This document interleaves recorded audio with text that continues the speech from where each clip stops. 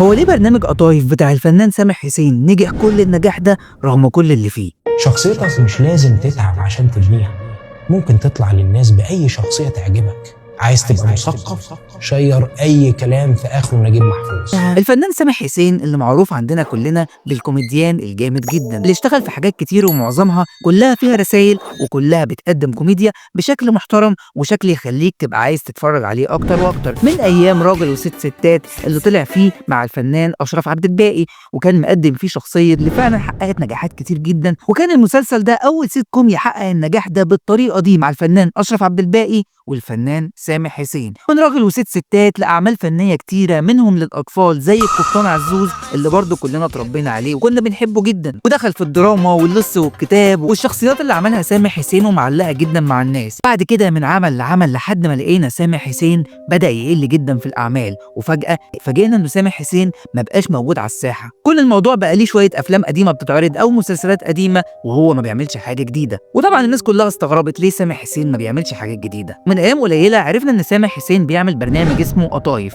البرنامج ده بيقدمه على السوشيال ميديا، يعني ما بيتقدمش في قنوات فضائيه زي ما في برامج كتير لناس تانية بتتقدم في قنوات فضائيه، على الرغم من انها مش برامج قنوات اصلا، ده هي كبرها برامج سوشيال ميديا. بس لما جيت اتابع البرنامج بتاع سامح حسين اتفرجت على حلقه والتانيه لقيت الموضوع بيتكلم في حاجات اجتماعيه شويه في الاستمتاع اللي ما بقاش موجود في ايامنا اليومين دول. سالت نفسي سؤال وقلت طب هو ليه برنامج زي ده ما يتعرضش على التلفزيون ويبقى ليه متابعين كتير؟ وفضلت ايام تانية قليله لحد ما لقيت البرنامج بدات ناس كتير تتكلم عليه، يوم ورا التاني بيعدي وكل شويه الاقي بوست مختلف بيتكلم على سامح حسين وبرنامج قضايف اللي بيقدمه. الله، طب ايه الغريب في الموضوع؟ الغريب هنا يا صديقي ان سامح حسين نفسه ما كانش متوقع النجاح ده. سامح حسين لما فكر يعمل البرنامج ده عمله بعد ما كان عايز يشتغل في السينما كتير، بس للاسف ما لقاش اللي يقدم له ايد المساعده في انه يشتغل في الدراما والسينما زي ما كان زمان. لا، الاعمال بدات تقتصر على ناس معينه، وللاسف الكوميديان الجامد اللي كان شغال في حاجات تانية كتير كان فعلا بيخلينا نفصل من كتر الضحك النهارده ما بقاش موجود على الساحه. وعلى الرغم من بعض التحفظات على الاعمال اللي موجوده دلوقتي، في فعلا اعمال ناجحه جدا وتستاهل انها تكون موجوده، وفي اعمال تانية ما ينفعش تكون موجوده اصلا، الا ان سامح حسين اكيد هو فلته وكان لازم يفضل مكمل معانا وموجود في كل اللي جاي. بس للاسف سامح حسين مبقاش نفسه موجود زي بقيه المسلسلات اللي موجوده اليومين دول. فطبعا الراجل مش هيقعد في بيتهم ويقعد ساكت، لانه سامح حسين اتربى على ايد الاستاذ اشرف عبد الباقي،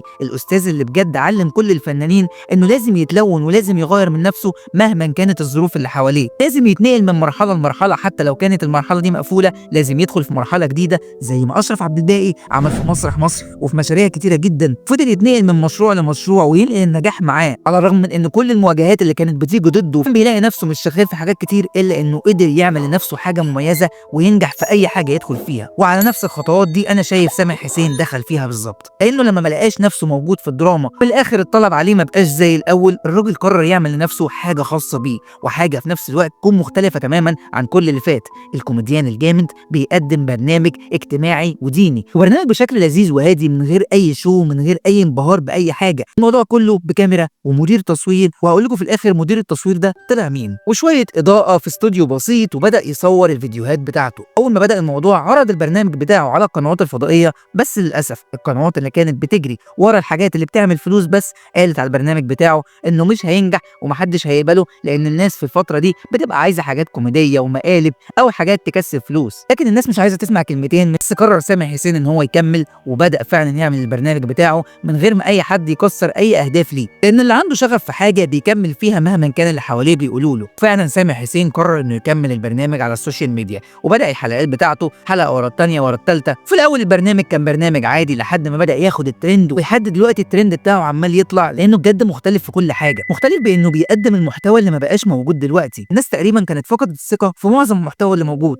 لان معظم المحتوى اللي موجود دلوقتي هو محتوى غير هادف والناس بتحب تتفرج عليه عشان تضيع وقتها. لكن على غير العاده البرنامج بتاع قطايف بتاع سامح حسين انتشر انتشار جامد، وده دليل على ان الناس لسه بتدور على المحتوى النظيف الهادف، وده بجد اللي فرح اي حد بيتفرج على المحتويات الكويسه، لان المحتوى ده بالذات كان محتاج ان هو يفايرل ويطلع ترند، وده اثبات لينا انه لسه اللي بيقدم محتوى نظيف وهادف زي سامح حسين بيكمل وبيطلع وبيعدي كل التوقعات، لدرجه ان الفنان نفسه طلع وقال انا حاسس ان اللي بيحصل معايا ده معجزه، وخايف اكون نايم لا يطلع ده حلم وافوق من الحلم ده. يعني من الاخر سامح حسين من كتر ما هو ما كانش متوقع اللي بيحصل ده، وكان متوقع ان الموضوع ما حدش هيتفرج عليه، لقى نفسه بجد ترند والناس كلها بتتفرج عليه، وكل الناس عماله تشكره على الاعمال اللي بيعملها. هنا قصدي على كلمه رغم كل اللي في البرنامج، لان كل اللي في البرنامج حاجات مفيده جدا، ودي الحاجات اللي مش متعودين عليها الفتره اللي فاتت. ان للاسف الفتره اللي فاتت اتعودنا على ان الحاجات اللي فيها معلومه مفيده ما بتنتشرش الانتشار الواسع، لكن الحاجات اللي فيها هيافه شويه هي دي اللي بتفايرل والناس كلها بتشوفها. وانا من مكاني فرحان لحاجتين، اولهم للفنان الكبير سامح حسين